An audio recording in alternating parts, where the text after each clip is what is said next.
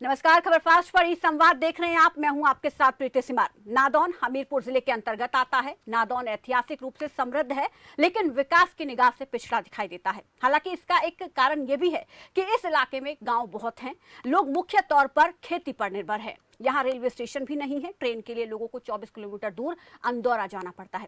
यहाँ से कांग्रेस के पूर्व प्रदेश अध्यक्ष सुखविंदर सिंह सुक्खू विधायक है, जिन्होंने नादौन विधानसभा सीट पर 3 बार जीत हासिल की। हाईकमान में अच्छी पैठ रखने वाले सुखविंदर सिंह सुक्खू लंबे समय तक पार्टी अध्यक्ष रह चुके हैं। उनसे जुड़े और जानेंगे कोरोना काल में विपक्ष की कैसी भूमिका रही, प्रदेश अध्यक्ष रहते हुए कांग्रेस को कितना मजबूत किया और कांग्रेस की अंतर्कलह पर कितना काबू पाया, और आगामी विधानसभा चुनाव से जुड़े कई अहम सवालों के भी जानेंगे सीधे जवाब। लेकिन उससे पहले उनके राजनीतिक सफर से जुड़ी एक छोटी सी रिपोर्ट देखिए।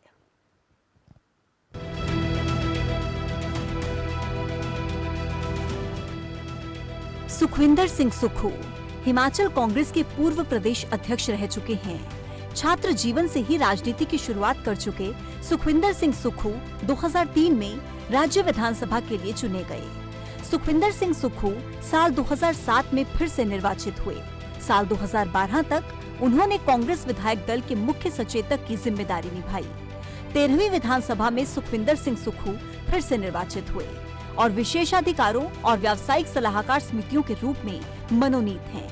आज इस संवाद में सुखविंदर सिंह सुक्खू से जानेंगे कि आगामी चुनाव के लिए कांग्रेस की तैयारी कैसी है और कांग्रेस कितनी मजबूत हुई है।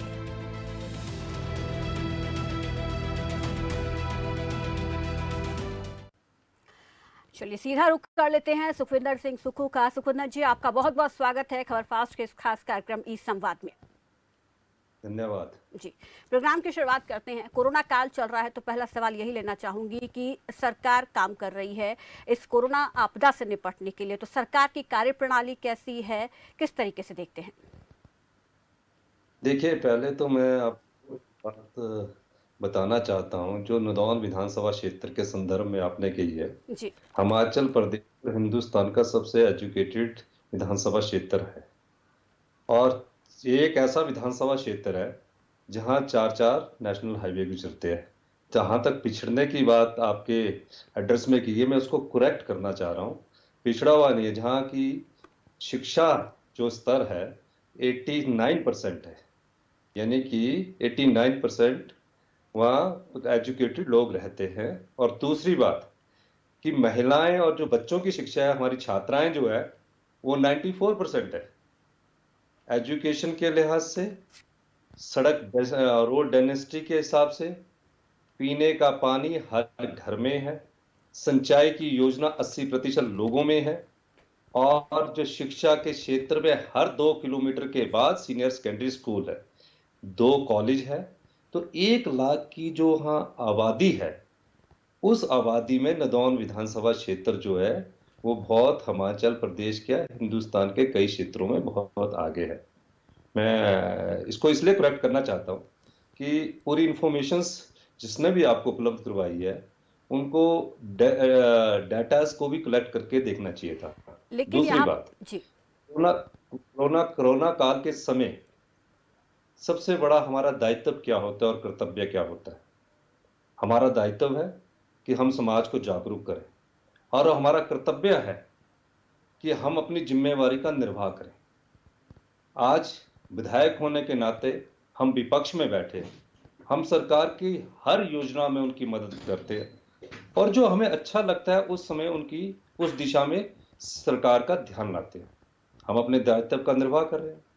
लेकिन जयराम सरकार भारतीय जनता पार्टी की जो हिमाचल प्रदेश में है, उसमें कहीं ना कहीं दूरदर्शिता की कमी है। कमी इस कारण है कि पहली लहर आई तो दूसरी लहर का हम इंतजार करते रहे। चलिए, गलतियां हुई, हम उसको भी स्वीकार करते हैं, लेकिन कुछ एक फैसले आपको तुरंत प्रभाव से लेने पड़ते हैं। जब आप फैसला लेते हैं तो वो धरातल पर नजर आना चाहिए। जब वो फैसला धरातल पर नजर नहीं आता तो अराजकता समाज में फैलती है, प्रदेश में फैलती है। इसी अराजकता के माहौल के कारण आज प्रदेश में इस प्रकार की जो महामारी है वो भयंकर रूप धारण कर चुकी है। हिंदुस्तान की जनसंख्या के हिसाब से हिमाचल प्रदेश में सबसे ज्यादा मौतें हो रही है। क्या कारण है?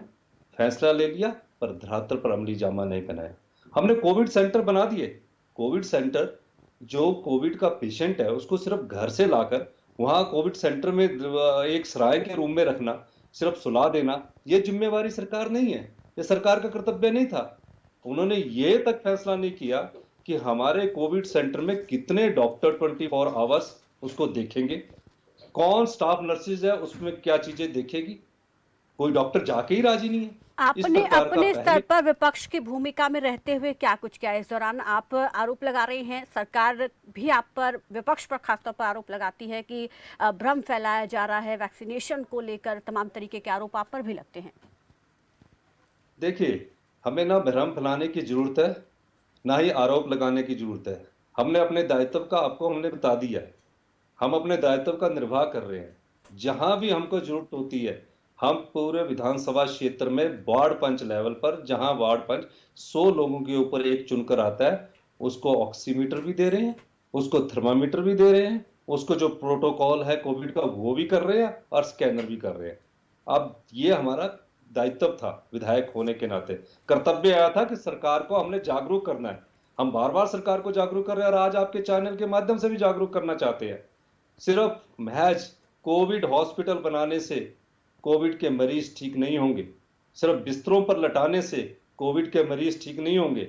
ऑक्सीजन लेवल कितना फ्लो का चाहिए, ये नहीं है कि रात को ऑक्सीजन लेवल कम हो जाता है, बढ़ जाता है और मौतें हो रही है। उन मौतों की जानकारी भी सरकार से हम लेना चाहते हैं। और एक और मैं बताऊं कि पहली डोज के बाद कितनी मृत्यु हुई हिमाचल प्रदेश में, दूसरी डोज के बाद क्यों मृत्यु हुई कोविड के कारण, तकरीबन 50-60 के करीब तो हमारे ध्यान में आई है, जहां पहली और दूसरी डोज के बाद लोगों की मृत्यु हुई। उन कारणों की जांच कौन करेगा? हम तो विपक्ष में बैठे हैं, हम तो सिर्फ सरकार के बात तो को ध्यान आपका में ला ये सकते कहना हैं। है कि वैक्सीनेशन की वजह से कुछ लोगों ने अपनी जान गंवाई है?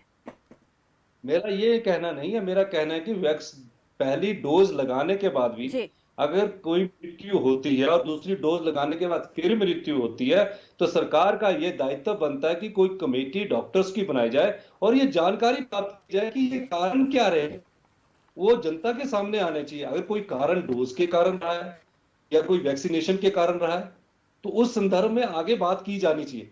लेकिन ये सरकार सोई हुई है, मौत होती है, ये अंदाजा लगा रहे हैं कि आज इतने मृत्यु, आगे डाटा आ जाता है कि आज इतने इतने कोविड पेशेंट आए, इतने पॉजिटिव आए, इतने ठीक होकर गए, इतनी मृत्यु होगी। लेकिन आपने कभी ये सोचा कि 2 डोज के बाद भी कोविड के कारण क्यों मृत्यु हो रही है, पहली डोज के कारण कोविड के कारण क्यों मृत्यु हो रही है? छोटा सा प्रदेश, 70 लाख की हमारी आबादी, 70 लाख की आबादी में हम यही फैसला नहीं कर सकते हैं कि इन मृत्यु के पीछे कारण क्या है? जी, तो आपका ये कहना है कि एक इस पे डॉक्टर की स्पेशल टीम बननी चाहिए जो इन सब चीज़ों की जांच करे कि आखिर ऐसा क्यों हो रहा है। ठीक है, ये तो हुई कोरोना की बात। अब राजनीति की अगर हम बात करें, कांग्रेस पार्टी की अगर हम बात करें, तो आप पार्टी अध्यक्ष भी रहे हैं लंबे समय तक। आपके लिहाज से क्या कांग्रेस पार्टी के अंदर पूरी तरीके से अंतर्कलह खत्म हो चुकी है? आज प्रदेश में कांग्रेस पार्टी को आप कहाँ देखते हैं? नहीं, प्रदेश में अंतर्कलह ही नहीं है। आप एक उदाहरण बताइए कौन सी अंतर्कलह है? अभी पोस्टर वॉर सामने आया था कुछ दिन पहले ही सर। पोस्टर बार फाड़ना कोई अंतर्कलह का स्वरूप नहीं है। अगर आप पोस्टर बार को अंतर्कलह पार्टी की मानते हैं तो ये गलत है, ये भ्रमजाल फैलाया तो जाता है। वीरभद्र सिंह की तरफ से ही सर आप ही पर इससे पहले आरोप ये लगाए गए थे कि आपने पार्टी को डुबो दिया, इस तरीके के आरोप उन्होंने ही आप पर लगाए थे और आप कह रहे कि अंतर्कलह नहीं है। उनके अंतर्कलह नहीं थी। वीरभद्र सिंह जी और हमारा अगर विचारों में कई भिन्नता होती थी, उनकी आदत थी, वो अगर अपनी आदत के अनुसार बोलते थे। वो तो जनता जानती है ना कि कौन जीत कर आते हैं, कौन नहीं आते। मैं कोई पहला चुनाव थोड़ी जीता, मैं एमएलए का चुनाव थोड़ी जीता हूँ। मैं छात्र जीवन से राजनीति करते करते यहीं पहुंचा हूँ। मैं छोटा सा चुनाव भी जीता हूँ, मैं कॉलेज के प्रेसिडेंट का चुनाव भी जीता हूँ, और जो काउंसलर होता है ना, काउंसलर छोटा काउंसलर, उसका चुनाव भी जीता हूँ। वीरभद्र सिंह जी ने कभी नहीं ये कहा कि पार्टी को डुबो दिया। लेकिन जिस आदमी ने आप ये जो मैं कुछ फीडबैक जो है आपको मैं इसलिए देना चाहता हूं कि हमारा और वीरभद्र जी का कुछ विचारों में भिन्नता रहती है, रहेगी भी। और लोकतंत्र की स्वस्थ परंपरा है, लोकतंत्र उसी को कहते हैं जहां विचारों की भिन्नता हो। अगर कहीं विचारों की भिन्नता है और उन्होंने कोई स्टेटमेंट दे दी तो हमने उसको करेक्ट किया है। नहीं, उन्होंने तो आप पर इस तरीके के भी आरोप लगाए हैं कि आपने उनके समर्थकों को पार्टी से निष्कासित भी किया। इस तरीके के कई आरोप उनकी तरफ से आप पर लगाए गए। आप, ये एक टीवी चैनल है, जी। अगर कोई अनुशासनहीनता करता है जी। तो आपका एक दायित्व बनता है कि उसे पहले समझाया जाए, उसे प्यार से समझाया जाए जी। कि हाँ आपने ये गलत काम किया, अगली जी। बार ये वो गलत। अगर कोई बार बार हैबिचुअल होता है तो आपके पास एक ही तरीका होता है कि बार बार जो व्यक्ति चुनाव लड़ रहा था पार्टी के, जिसको टिकट अधिकृत उम्मीदवार के खिलाफ, तो क्या मैं उसको पार्टी से निष्कासित नहीं करता, तो चाहे वो सर, किसी का भी वीरभद्र सिंह भी इतने वरिष्ठ नेता हैं, वो भी तो ये चीज समझते होंगे कि कोई पार्टी विरोधी गतिविधियां हो रही हैं तो उन्हें निष्कासित किया जाए। उन्हीं से पूछ के निष्कासित हुए थे जो भी हुए थे, इसमें कोई दो राय नहीं है। क्योंकि वो चुनावों के वक्त जब हमारे विधायक के चुनाव थे, एमएलए के चुनाव 2017 में हो रहे थे, उनके खिलाफ वो चुनाव लड़े और अपनी जमानत तक जब्त करवा दी। जब उन्हें टिकट नहीं मिला तो उन्होंने चुनाव लड़ा, तो उनसे बातचीत करके ही हमने निष्कासित किया।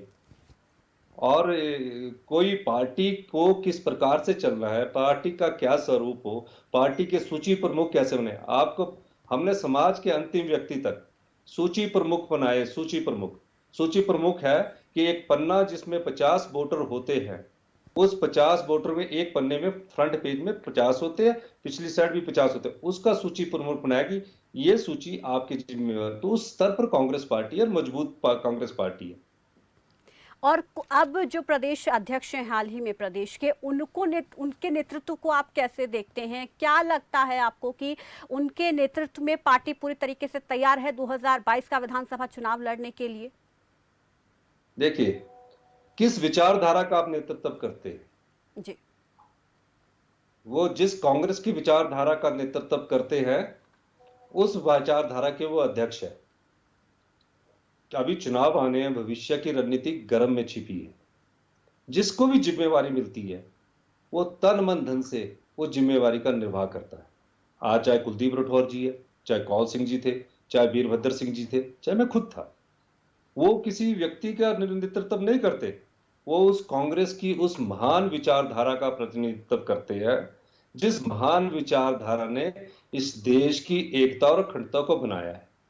ये वो विचारधारा है जिसने दो दो प्रधानमंत्रियों का बलिदान दिया है। चाहे श्रीमती इंदिरा गांधी जी थी, जिन्होंने अपनी छाती में 36 गोलियों का सहन किया इस देश की एकता और अखंडता के लिए, उस विचारधारा का प्रतिनिधित्व कुलदीप राठौर जी करते हैं। उनके बेटे राजीव गांधी जी थे, उन्होंने भी इस देश के लिए कुर्बानी दी, उन्हें भी बम से उड़ा दिया गया। तो ये वो उस महान विचारधारा का प्रतिनिधित्व करते हैं। जब देश आजाद हुआ था तो कम से कम 80% गरीब लोग थे। तो कांग्रेस पार्टी की विचारधारा का जो भी अध्यक्ष प्रतिनिधित्व करता है वह अपनी कार्य क्षमता के अनुसार, अपनी सोच के अनुसार अपना कार्य करता है। ठीक है, आप अंतर्कलह नहीं मानते जो पोस्ट वॉर हाल ही में हुआ है, तो आप उसको किस तरीके से देखते हैं? क्योंकि वो एक कोरोना को लेकर अभियान शुरू किया गया था, उस पर वीरभद्र जी का पोस्टर ना होने के चलते उस पे बाली जी के काली उनके पोस्टर पर स्याही लगा दी गई, तो आप इसको किस तरीके से देखते हैं? देखिए, मैं अध्यक्ष था, वीरभद्र जी माननीय मुख्यमंत्री जी थे। जी। उस समय सिर्फ दो ही चीजें की लगती थी, पोस्टर पर कोई फोटो नहीं लगता था, एक हाथ का निशान लगता था और एक राष्ट्रीय अध्यक्ष हमारी श्रीमती सोनिया गांधी जी का फोटो रखता था। वो जी। तो मुख्यमंत्री, मैं पीसीसी का अध्यक्ष था। उसी शिमला की राजधानी में 4 किलोमीटर दूर हिमाचल प्रदेश सचिवालय में वो बैठते थे, 4 किलोमीटर दूर मैं बैठता था। ये जो पोस्टर की छोटी मोटी बात है कि किसी का फोटो लगाने से और किसी का फोटो ना लगाने से कांग्रेस की राजनीति प्रभावित होगी, ये गलत फहमी है। नहीं, तो यहाँ पर हाईकमान की तरफ से भी संज्ञान लिया गया है, राठौर जी से जवाब मांगा गया है 7 दिन के अंदर। तो क्या नहीं लगता कि इस तरीके की अगर गतिविधियां पार्टी में होती हैं तो प्रभावित कर सकती हैं आगामी चुनावों में पार्टी की छवि को? झगड़ा ही कुछ नहीं है, तो अगर किसी ने कुछ पूछा है, कोई वारदात होती है तो उसको पहले इंक्वायर किया जाता है। अगर इंक्वायरी के बाद अगर कोई गलत होगा तभी का फैसला होगा ना। 99% कांग्रेस इकट्ठी है और इसमें कोई दो राय नहीं है कि कांग्रेस का कार्यकर्ता एकजुटे। छोटे मोटे पोस्टर फाड़ने वाली जो बातें है ये बच्चों का खेल है, इसको मैं ज्यादा नहीं बोलता। और मेरी आपने कहीं भी स्टेटमेंट इसमें देखी भी नहीं होगी, क्योंकि मैंने ये जीवन में छात्र जीवन से, मैं एनएसयू का भी प्रेसिडेंट रहा हूँ, मैं युवा कांग्रेस का भी प्रेसिडेंट रहा हूँ, मैं प्रदेश का भी प्रेसिडेंट रहा हूँ। तो ये छोटी छोटी चीजें, इसमें कोई ज्यादा अंतर कला की बात नहीं है। अब तो हमारा मुकाबला भारतीय जनता पार्टी की उस नाकामी से है जिस नाकामी का परिचय इस कोरोना काल में उनकी सरकार ने दिया। यहाँ पर सत्ता पक्ष की तरफ से बार बार ये कहा जाता रहा है विधानसभा चुनावों को लेकर कि विपक्ष के पास कोई चेहरा नहीं है जिसके दम पर विपक्ष चुनाव लड़े। देखिए, चेहरों की बात तो वहां होती है जहां मजबूत विचारधारा ना हो। हमारे पास बहुत चेहरे हैं। किस प्रकार का मैं चेहरा चाहते चाहूंगी हो? कि एक दो के नाम भी अगर आप बताएं कि कौन है उस रेस में जिनके पीछे पार्टी चुनाव लड़ सकती है विधानसभा का। बड़ी स्पष्ट बताना चाहता हूं जी। कि चेहरे कौन होते हैं, ये चेहरों की राजनीति क्या होती है। अगर किसी के चेहरे की राजनीति है तो वो अपना चेहरा लेके अपनी पार्टी बना के चेहरा दिखाए ना। ये विचारधाराओं की राजनीति होती है। जिसके पास हाथ का निशान है वही सबसे बड़ा हाथ का चेहरा है। मैंने ये बात कई बार कही है। कौन चेहरा कहता है, कौन बोलता है कि मेरा चेहरा और मेरे चेहरे पर वोट पड़ेगा? ये कांग्रेस के हाथ का निशान, कांग्रेस की विचारधारा का निशान ही सबसे बड़ा चेहरा है। फिर क्यों मुख्यमंत्री के चेहरे पर हमेशा खींचतान देखने को मिलती है? लेकिन मैं चाहूंगी कि आप नाम भी बताएं, कौन चेहरा हो सकता है, क्योंकि रेस में तो बहुत हैं, कांग्रेस के कई दिग्गज नेता हैं हिमाचल में जिनके पीछे पार्टी चुनाव लड़ सकती है। आप किसको देखते हैं? देखिए, किसी को नहीं देखता, मैं कांग्रेस के हाथ को देखता हूँ। इसी के हाथ पर है। हाथ के बगैर कोई अपने चेहरे पर चुनाव लड़ना चाहता है हिमाचल प्रदेश कांग्रेस कमेटी में, तो हाथ का निशान छोड़ दे और अपना चेहरा लेकर चुनाव लड़े। और अपने आप को कहाँ देखते हैं आप आगामी, क्योंकि प्रदेश अध्यक्ष भी रह चुके हैं, क्या अपने लिए आप सोचते हैं कि आप हो सकते हैं मुख्यमंत्री के दावेदार? देखिए, मैं किसी भी पद का ना दावेदार हूं, ना ही मैं किसी पद की लालसा रखता हूं। मैं कांग्रेस पार्टी की विचारधारा 17 साल की उम्र से जुड़ा हूं। मैं कांग्रेस पार्टी की विचारधारा, ना मुझे चाहत है किसी पद की। मैंने कई पद त्याग किए। मुख्यमंत्री वीरभद्र सिंह जी मुख्यमंत्री थे, मुझे सीपीएस बनाया था, मैंने तब भी वो पद नहीं लिया था। तो ये चाहत, ये चेहरा, ये अब राजनीति बदलाव की ओर है। जो नई युवा पीढ़ी आई है इस देश में, वो ये देख रही है कि हमारा जो प्रदेश का नेतृत्व करने वाला है, हमारी विधानसभा क्षेत्र का नेतृत्व करने वाला है, उसकी क्रेडिबिलिटी क्या है, उसकी इंटेग्रिटी क्या है, वो क्या किस दिशा की सोच रखता है, वो किस प्रकार इम्पीटस दे सकता है जनता को, प्रेरित कर सकता है जनता को। तो इस सोच के अनुसार राजनीति आगे की बदल रही है। और पिछले 10 साल में तो पूरी राजनीति में बदलाव आ गया। अब चेहरों की राजनीति जो लोग करते हैं, ठीक है, एक समय था कि चेहरों की राजनीति करते हैं, वो अपने व्यक्तिवाद को ज्यादा बढ़ावा देकर विचारवाद की राजनीति को पीछे धकेलकर आगे किया है। अब विचारधारा की राजनीति ने नया स्वरूप पकड़ना शुरू किया है।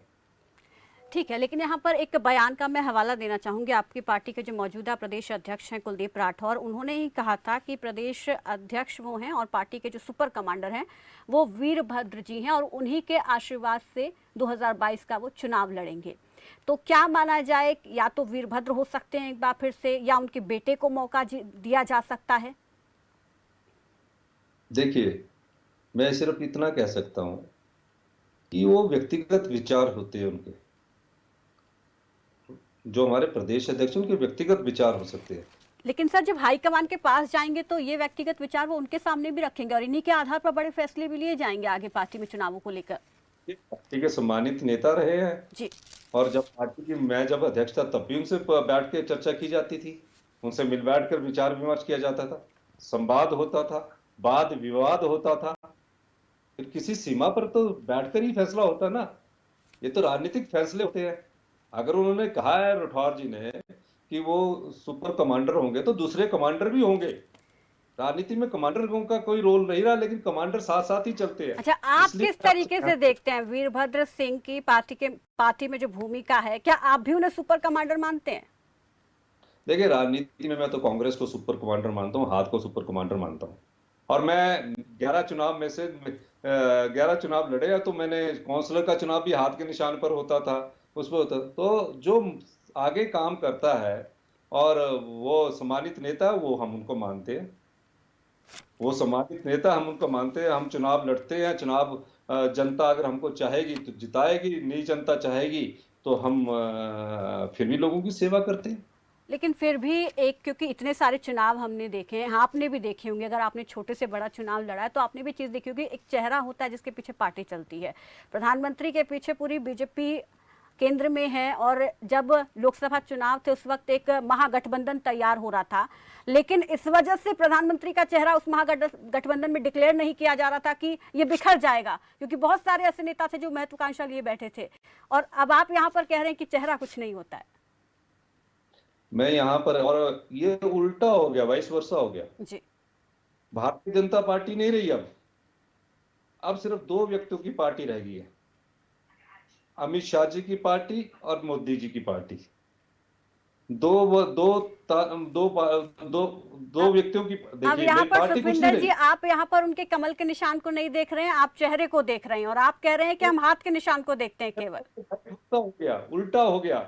पहले हाथ के निशान पर, विचारधारा के निशान पर वहां वोट डालते थे और वे चेहरा कुछ नहीं होता था। उनकी कई स्टेटमेंटें देख लीजिए, हमारा तो संगठन ग्रास रूट पर काम करेगा। अब वहां उल्टा हो गया, अब वहां व्यक्तिवाद ज्यादा हावी हो गया, विचारधारा पर वहां व्यक्ति विशेष ज्यादा हावी हो गया। जो पार्टी पहले विचारधारा के सहारे कि किस विचारधारा को लेकर आगे बढ़ेगी, आज उस विचारधारा पर भारतीय जनता पार्टी का व्यक्तिवाद हावी हो गया। कांग्रेस में अब विचारधारावाद ज्यादा चलना शुरू हो गया। लेकिन बाकी अगर राज्यों में हम कांग्रेस के हालात देखें तो वहां तो सिमटती जा रही है, तो क्या वहां पर विचारधारा खत्म होती जा रही है नेताओं की? एक दौर ऐसा आता है, जी। भारतीय जनता पार्टी 84 में 2 सीटें थी और कांग्रेस ने उसमें बहुत बड़ा दिल दिखाया था। जो बाद में प्रधानमंत्री बने अटल बिहारी वाजपेयी जी, जब वो चुनाव हार गए तो वो राज्यसभा के माध्यम से आए। कांग्रेस ने वहां कोई उम्मीदवार नहीं दिया था। इस प्रकार की लोकतंत्र की स्वस्थ परंपरा थी। आज स्थितियां ठीक है, हम कमजोर हुए हैं, हम कहीं जगह मजबूती से चुनाव नहीं लड़ पा रहे हैं, कई जगह हमारा संगठन भी कमजोर हुआ है, लेकिन विचारधारा हमारी कमजोर नहीं हुई। हमारे में अपनापन ज्यादा आ गया था, हम अपने बारे में ज्यादा सोचने लगे थे, पार्टी की विचारधारा के बारे में हम कम सोचने लगे थे, जिसका नुकसान हुआ है। जो आप कह रहे हैं, मैं सुखविंदर सहमत जी। हूं उस बात से। कुछ राज्यों में हमें नुकसान हो रहा, कमजोर हो रही है पार्टी। जी, ठीक है। अब आप चेहरे की बात करें तो सर, कांग्रेस से हाईकमान की अगर हम बात कर ले तो वहां पर आप किसको देखते हैं, वहां कौन चेहरा है? देखिए, जो जनता की आवाज उठाएगा वही चेहरा होगा। वहां भी कांग्रेस की विचारधारा सबसे पहले है, वहां भी सर कांग्रेस नाम की बताइए ना, विचार। सोनिया गांधी, राहुल गांधी, प्रियंका अभी तो गांधी। सोनिया गांधी राष्ट्रीय अध्यक्ष जी है, वही चेहरा आज है। जो हमारा प्रदेश अध्यक्ष है, जैसे हिमाचल में कुलदीप राठौर जी है और वहां सोनिया जी है, वैसे कोई नहीं है। विचारधारा का प्रतिनिधित्व कर रहे हैं। फिर इसमें कोई और नया चेहरा आ जाएगा, प्रदेश में भी कोई नया चेहरा आ जाएगा, राष्ट्रीय स्तर पर भी कोई नया चेहरा आ जाएगा, वो विचारधारा का प्रतिनिधित्व करेगा। फिर उसके जो आगे काम करने वाले जो प्रकार होते हैं वो सारे काम करेंगे। तो फिर सर 2024 का जो लोकसभा चुनाव है वो किसके नेतृत्व में लड़ा जाएगा आपकी पार्टी की तरफ से? इस क्रम में छुपा, मैं तो भविष्य वक्ता नहीं, ठीक है सर, मैं क्या लेकिन कह आप सकता हूँ। हिमाचल की अगर मैं यहाँ पर पार्टी की बात कर रही हूँ तो क्योंकि चुनाव भी है आगामी साल में, तो यहाँ पर चेहरा आपने एक भी नाम नहीं बताया। प्रदेश अध्यक्ष आप इतने लंबे अरसे तक रहे हैं, कोई तो ऐसा होगा शख्स आपकी पार्टी में जिसमें आप देखते होंगे कि हाँ, ये पूरी कांग्रेस की विचारधारा से परिपूर्ण है, इसको बनाया जा सकता है। नहीं, आप बार बार ठीक बात बोल रहे हैं, पर कांग्रेस हिमाचल प्रदेश में कलेक्टिव लीडरशिप में लड़ेगी। लेकिन फिर भी सर नाम एक तो एक डिसाइड होगा ही ना आखिरी में चल के। आखिरी में चुनाव जीतने के बाद जो नाम डिसाइड होगा वो फिर मैं अच्छा, आपको बताऊंगा। विक्रम आदित्य सिंह को आप किस तरीके से देखते हैं, क्या वो इस काबिल हैं? अभी वो युवा कांग्रेस का चुनाव लड़े, यंग आदमी है, काम कर रहे हैं, काम सीख रहे हैं, अच्छी बात है। जी, ठीक है। चुनावों में जाने की तैयारी की अगर हम बात करें तो कांग्रेस पार्टी की चुनाव में जाने की क्या तैयारी है सर? कांग्रेस पार्टी में राजीव शुक्ला जी ने अभी इंचार्ज का अपना कार्यभार संभाला है जी। और अभी 4 म्यूनिसिपल कॉर्पोरेशन के चुनाव हुए जो भारतीय जनता पार्टी ने बनाई थी। और जो म्यूनिसिपल कॉर्पोरेशन के चुनाव हुए वो हाथ के निशान और फूल के निशान पर हुए। कांग्रेस पार्टी ने दो जगह पूर्ण बहुमत प्राप्त किया। एक जगह धर्मशाला में कुछ सीटों के कारण, आपसी थोड़ी कला के कारण, वहां कुछ सीटों के कारण हम चुनाव हारे। अब आप बताइए, सत्ता में ये कॉर्पोरेशंस इन्होंने बनाए और चुनाव हम जीते, तो इसका मतलब हम सब लोगों ने राजीव शुक्ला जी के संयुक्त प्रयास से हम वो चुनाव जीते। अभी मंडी का लोकसभा का चुनाव आना है और एक विधानसभा का उपचुनाव आना है। जनता हिमाचल की बहुत जागरूक है, जहां 85 से 87% वोटिंग ट्रेंड है। महिलाएं वोट डालती है, युवा वोट डालते हैं। बड़ा सोच समझकर यहाँ लोग परिवर्तन करते हैं। ऐसा नहीं है कि यहाँ सभी मुख्यमंत्री को जनता ने हराया है। चाहे वो यशवंत सिंह परमार जिन्होंने हिमाचल की नींव रखी, जनता उस समय भी जागरूक थी। हम पहाड़ी लोग हैं, भौगोलिक परिस्थितियों के अनुसार अपना दिनचर्या कार्य करते हैं। यहाँ एक अखबार 10 आदमी पढ़ता है। यहाँ अब तो इलेक्ट्रॉनिक्स मीडिया चल पड़ा, सबसे ज्यादा इलेक्ट्रॉनिक मीडिया पहाड़ों में भी होने के सब लोग उसको देखते हैं। सुखविंदर जी, ये यहाँ मानना पर है। एक आखिरी सवाल भी, क्योंकि समय की कमी है। चुनाव में जाएंगे, आप कह रहे हैं पूरी तरह से तैयार हैं, मुद्दे कौन से हो सकते हैं? मैं चाहूंगी बड़े बड़े मुद्दे जो आप चाहेंगे हाईलाइट करना चाहेंगे इस बातचीत के दौरान, कि कौन से मुद्दे होंगे वो? सबसे बड़ी असफलता इस भारतीय जनता पार्टी की कोरोना काल में जो भ्रष्टाचार हुआ, इनके प्रदेश अध्यक्ष राजीव बिंदल जी को इस्तीफा देना पड़ा। कोरोना काल में बढ़ती बेरोजगारी, कोरोना काल में हिमाचल प्रदेश में हिंदुस्तान की सबसे ज्यादा युवा लोग और लोग आत्महत्या कर रहे हैं। जो डिप्रेशन में हमारा समाज जा रहा है, सरकार उसको उठाने की कोई कार्रवाई नहीं कर रही है। इस कोरोना काल में ये एक मेन मुद्दा होगा जिसके 4 पॉइंट्स होंगे। विकास एक निरंतर प्रक्रिया है, ये सरकार है वो सरकार है। 70 साल में जहां सड़कें नहीं होती थी, आज हर गांव में सड़कें पहुंची, हर गांव में टेलीविजन होता था। लेकिन सरकार की क्षमता जो है, फैसला लेने की क्षमता जो है बहुत कमजोर है और दूरदर्शिता की कमी है। ये सब लोग जनता के दरवाजे में उठाएंगे। बेरोजगारी, जहां 14 लाख के करीब बेरोजगार हिमाचल प्रदेश के रोजगार कार्यालयों में रोज कतार लगाकर खड़े हैं, रोजगार अभी तक नहीं मिला। ये सब चीजें है। भ्रष्टाचार प्रदेश में जो फैला है, वो सब मुद्दों को लेकर हम जाएंगे। जी, बहुत बहुत शुक्रिया सुखविंदर जी, हमारे साथ जुड़ने के लिए, अपना कीमती समय हमें देने के लिए। तो ये हमारे साथ सुखविंदर जी थे, जो कि नादौन से विधायक हैं और कांग्रेस के पूर्व प्रदेश अध्यक्ष भी रह चुके हैं। और इन्होंने अपनी बातचीत के दौरान क्या कुछ अहम बातें कहीं, उस पर भी एक नज़र डाल लेते हैं। दरअसल उन्होंने यहाँ पर अपनी बातचीत के दौरान सरकार पर आरोप लगाया कि कहीं ना कहीं सरकार की कार्यप्रणाली यहाँ पर कोरोना से निपटने के लिए कमज़ोर दिख रही है। और साथ ही साथ चुनावों को लेकर उन्होंने कहा, हालांकि उन्होंने किसी भी चेहरे का नाम नहीं लिया, और साथ ही साथ उन्होंने यहाँ पर यह भी जरूर कहा है कि कांग्रेस पार्टी विकास के साथ साथ और भी कई सारे ऐसे फैसले हैं जो सरकार की तरफ से समय पर नहीं लिए गए। इन तमाम मुद्दों को लेकर वो चुनावी दंगल में उतरेंगे और इसी पर 2022 का विधानसभा चुनाव लड़ेंगे। तो फिलहाल मेरे साथ बस इतना ही, लेकिन खबर फास्ट पर इस संवाद में लगातार आगे चर्चा जारी रहेगी।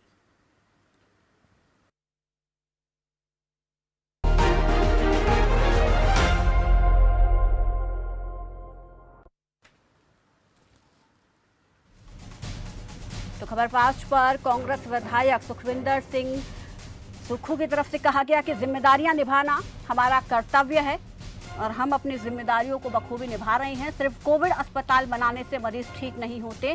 सरकार ने अपनी जिम्मेदारी को पूरी तरीके से नहीं निभाया है। पार्टी में कोई भी आंतरिक कलह नहीं है, ये उन्होंने मानने से इनकार किया। बीजेपी की नाकामियों से हमारा मुकाबला है और मुझे कोई पद की लालसा नहीं है। तो अपनी बातचीत में उन्होंने तमाम तरीके की बातें कही और साथ ही साथ उन्होंने कहा कि आगामी विधानसभा चुनाव जो होगा उसमें हम जो महत्वपूर्ण मुद्दे हैं उनको लेकर उतरेंगे।